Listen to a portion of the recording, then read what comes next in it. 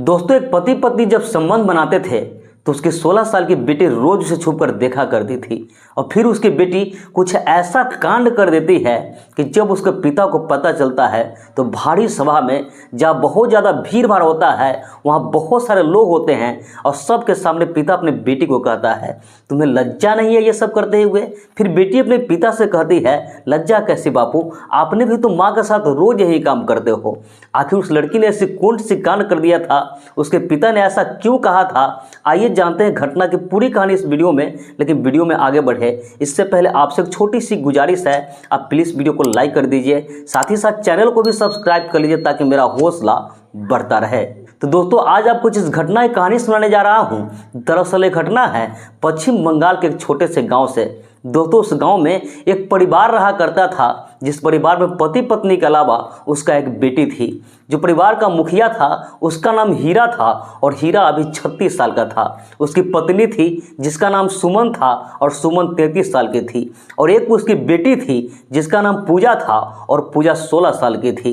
दोस्तों, जो परिवार था वो काफ़ी गरीब था, किसी तरह से झुग्गी झोपड़ी में रहकर अपना गुजर बसर कर रहा था। लेकिन जो पति था वो मजदूरी करता था और उसकी पत्नी थी वो बड़े बड़े घरों में जाकर झाड़ू पोछा बर्तन मांजने का काम किया करती थी। उसी से पैसा आता था और उस पैसा से अपना घर भी चलाते थे और उसकी जो बेटी थी पूजा, उसे पढ़ाते लिखाते भी थे।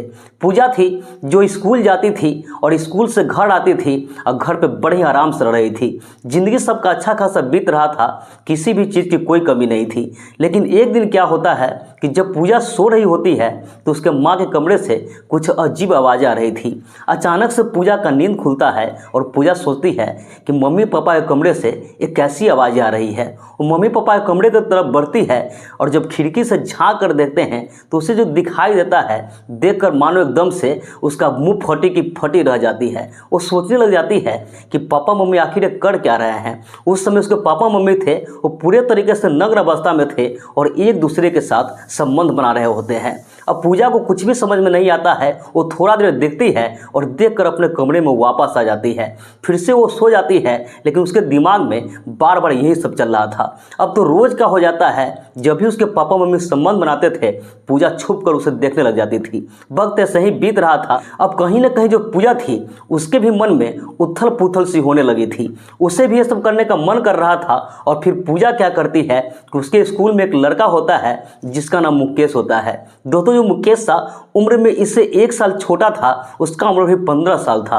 मुकेश इसके मोहल्ला का ही रहने वाला था, इसलिए मुकेश से बातचीत करती है और धीरे धीरे उससे दोस्ती कर लेती है और मौका का तलाश कर रही होती है। और एक दिन जब इसके मम्मी पापा घर पे नहीं होते हैं तो मुकेश को अपने घर पे बुलाती है और मुकेश को सारी बात बताती है। फिर मुकेश होता है उसके साथ ये सब करने के लिए तैयार हो जाता है और फिर दोनों एक दूसरे का कपड़ा उतारते हैं और दोनों एक दूसरे के साथ वही काम करने लगते हैं जो इसके माता पिता किए थे।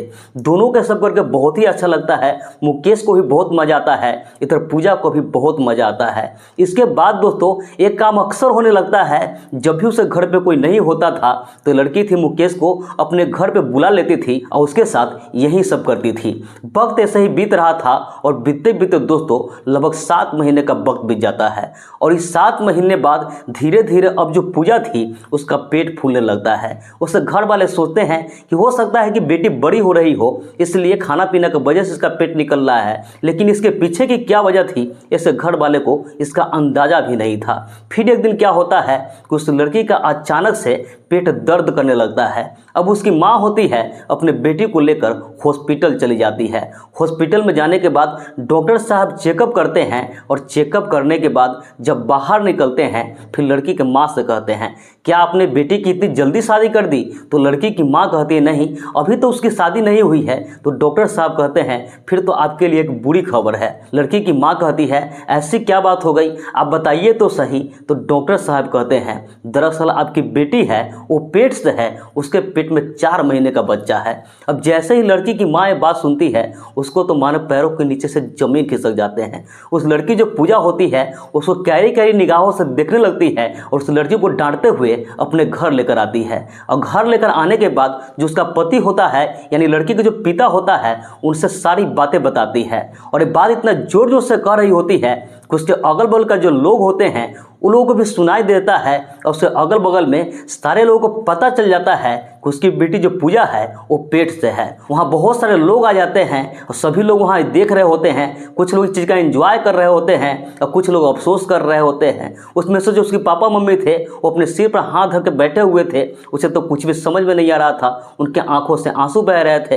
और फिर उसके जो पिताजी होते हैं बड़ी सभा में वहाँ बहुत सारे लोग होता है और सारे लोग के बीच में अपने बेटी से कहते हैं कि बेटी तुम्हें लज्जा नहीं है ये सब करते हुए।